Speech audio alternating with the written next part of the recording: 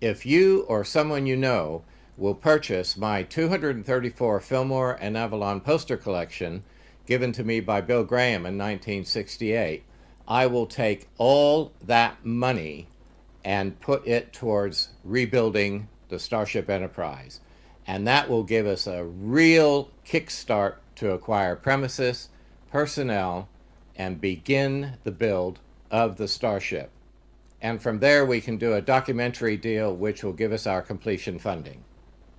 You'll notice I'm not wearing my Wrangler Levi shirt because the three women I love the most, and that's my girlfriend, my sister, and Nichelle Nichols, and I'm sure my late mother would agree with them, is that Paul, wear a decent shirt and that really nice mauve sweater that you've got. So, and I've been getting it from all of them.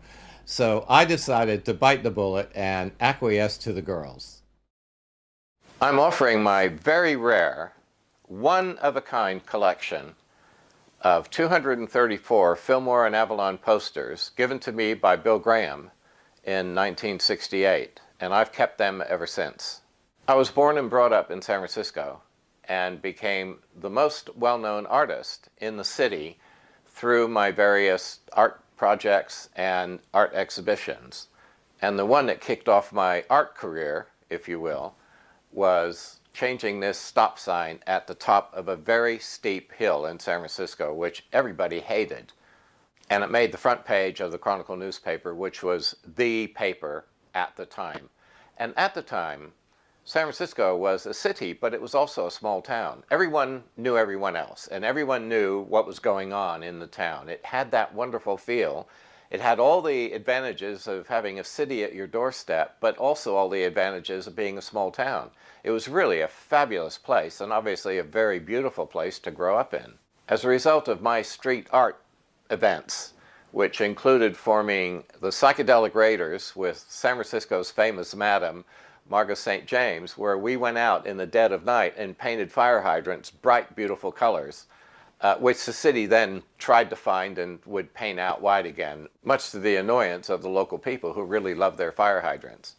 And as a result of my general notoriety, I ran into two guys who wanted to start a poster company, but they knew nothing about posters.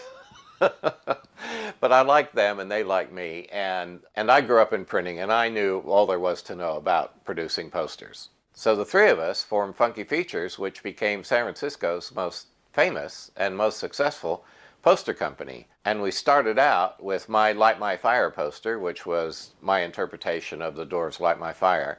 And for the Light My Fire poster, I used Funky Sam, one of my partners, the other one being Funky Jack, and I was, guess what? Funky Paul. And that's the name that has stuck with me even till today. So this is Sam and his wife Jan at the time embracing, and I took a Polaroid of them and then drew the poster from that. And that kicked Funky Features off. I mean, Light My Fire was a very popular song, and the poster was hugely popular and was ripped off all over the world and put us on the map. And I followed that up with A Day in the Life, which was also hugely popular.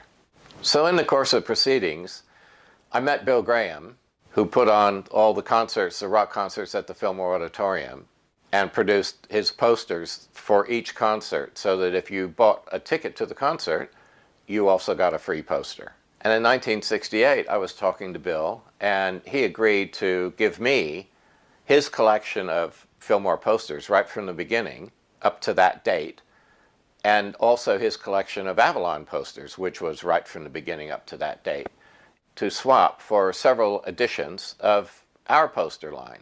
And I've kept my posters and displayed them in my various homes since then. And in fact, this Victor Moscoso poster has a few Southern Comfort Drops stains on it from Janis Joplin, who used to stop by my house after a gig to cool down. And she was up in my studio, and I had that poster up on the wall in my studio, and she had her almost finished bottle of Southern Comfort and was absolutely legless and was talking about the gig and doing this with a bottle, and some of the drops went out of the bottle and onto the poster. So there's a little bit of provenance there. In a sense, this might be the most valuable poster in my collection. Now this is one of my favorite posters in my collection because this photo of this woman was taken in late 1880 or very early 1881 in Tombstone, Arizona, just before the gunfight at the OK Corral in Tombstone. And this is Josephine Sarah Marcus Earp.